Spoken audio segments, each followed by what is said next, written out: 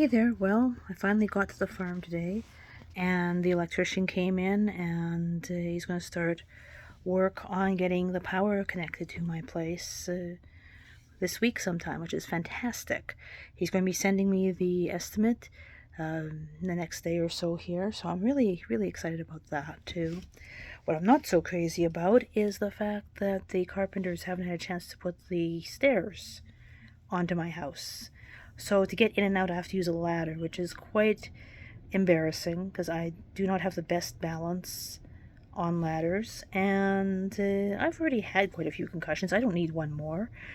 Um, but anyway, yeah, I went out there today, checked it out, looked in the house, saw where there need to be some repairs done, and that sort of thing. Figured out where we're going to put the fuse box and all that kind of thing, or the breaker box, I should say. I just, kind of got some things lined up that way.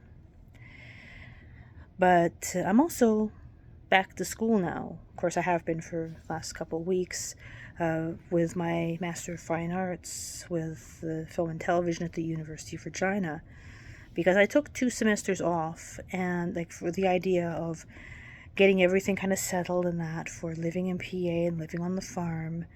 And the idea was I'd be on the farm already. I'm not, obviously.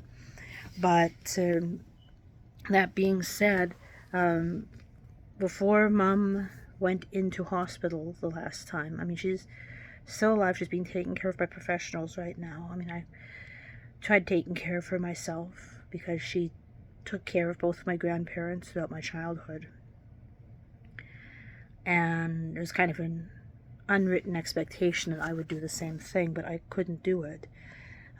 Especially when you have a mom who decides to wring out your left wrist like it's a sock being dried out or something, wringing it out from the washing or whatever. And when you have to put a brace on your hand to heal up the tendons and that. So I realized after that, I'm in over my head. And so I just had to take a step back, and I have, there's medical experts who are taking care of her now. But in any case, before she was admitted, she told me, "Little one, Marjorie, don't lose your voice. You finish up this MFA. It's important. It's important you don't let anyone make you lose your voice. You keep your voice. You keep being you. You keep getting your messages out there. Get your message out there." And I think my mom had some foresight there as to what might happen after she was admitted, with stuff happening with me. I'm not going to get into great detail there, but there have been certain things that have taken place that are things where people have been trying to muffle my voice. Hasn't been working. Not as well as people would like anyway, but I'm creative. I always have been. And when I love someone, I'm determined to not let them get hurt in the melee.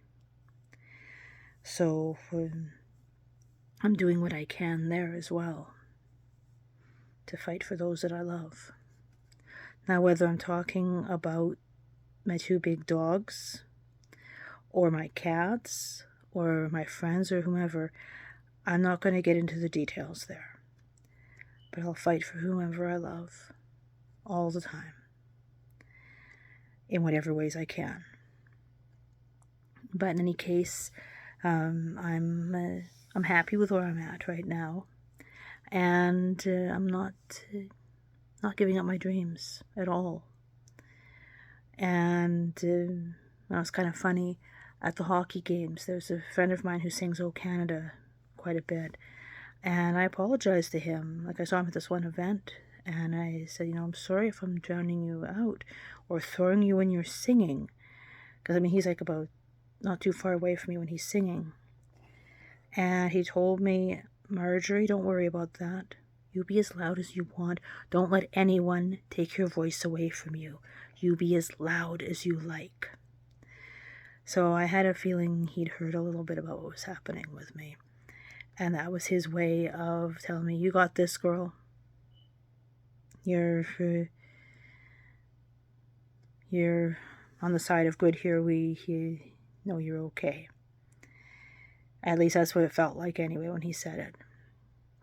But it dawned on me tonight that when Mom said that about me not losing my voice, she probably had some kind of foresight or maybe a premonition or something about this happening. And about how parts of it would break my heart. But I'm not the kind of frail,